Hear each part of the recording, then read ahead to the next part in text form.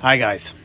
So, we just finished our entry to the yearly 28 Mag Challenge, and as with our previous efforts, we always make sure that the models we make will also have a life of their own in our games as well.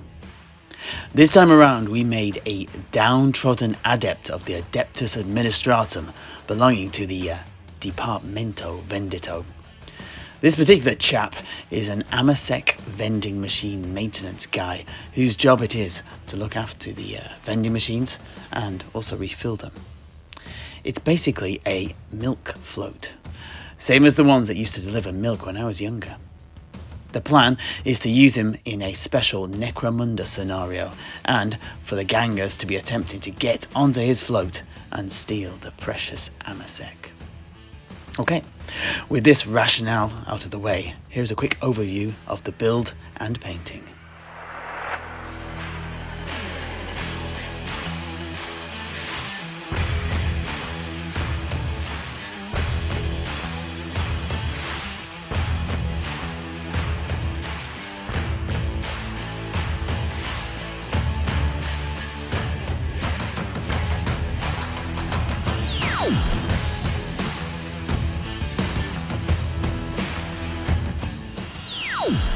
I hit upon the idea for this vehicle after having a bunch of 135 scale bottles of liquor made by Mini Art left over after making some terrain for Advanced Hero Quest.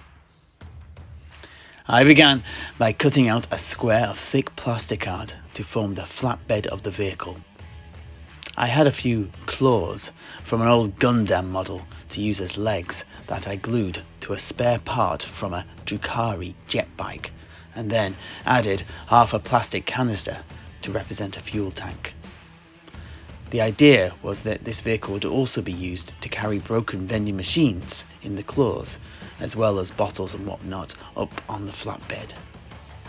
Now, I had already decided that I wanted the vehicle to float. However, there aren't that many anti-grav vehicles in the Imperium outside of the Astartes and the Talons of the Emperor, and so I gave it a VTOL engine system, and then a plume of exhaust could act as the stem to keep it afloat. For this, I used an old metal flying stand from Reaper Miniatures that I had as part of a flying carpet model I bought many years ago. At this point, I also added the sides and floor of the flatbed using some 135 scale tanks and truck parts, and added some cabling to power the engine, and wrapped numerous household wires of various widths around the model. But I made sure to still leave an open space for the cargo and the driver to sit. Next, I started to build up the base to hide the bottom of the stem with debris using an old sprue that I'd simply cut up and glued in place with plastic glue. Next came the driver. The body is the driver from an Imperial Sentinel from the Astra Militarum range, and the head is from an old Warhammer Flagellant kit. His foot pedals and the seat again come from a 135 scale World War II tank, and the front of the vehicle is the chest plate from an old Gundam robot. Behind him you can see a vending machine. This was both made from scratch and cast by a fellow club member, originally to use in the game Infinity. Behind this are the bottle crates made by Mini Art. These are pretty fiddly, to be honest, and are best suited to those with the patience of a saint. I, alas, cannot count myself amongst that group. To complete the build, I started adding all sorts of random mechanical parts to the vehicle from my bits box.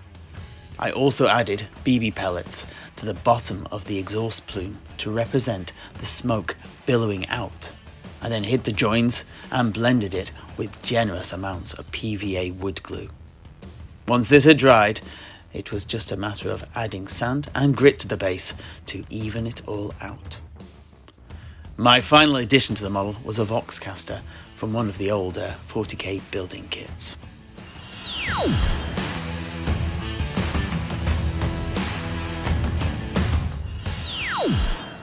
I undercoated the model first in all black, then added a grey zenithal from 45 degrees, and finally finished with a white one from above. I then base coated all of the metal components in a slightly watered down metallic grey. Next, I gave the whole model a few washes of very watered down burnt ochre artist's acrylic paint to simulate rust, allowing each to dry thoroughly before applying the next. The jumpsuit of the driver was first painted red and then highlighted in burnt ochre. It was then dry brushed with white, and then burnt ochre was applied again. This was then followed by orange and then a brighter orange to highlight it. I also used the same oranges to pick out the cables and lights on the rest of the vehicle and try and tie it all together. Other parts of the vehicle I painted in golds and bronzes, and then covered these in verdigris and applied rust weathering powder. I used an old Epic Space Marine Thousand Suns flag sticker for the face of the vending machine and applied an off-red wash to then tie it in. Next, the whole model was lightly lacquered with matte varnish, and the last step was to glue on the plastic bottles, again made by Mini Art, paint on caps to each of these, and then glue in a thin sheet of plastic for an old GW blister pack over the front of the vending machine. And that was it.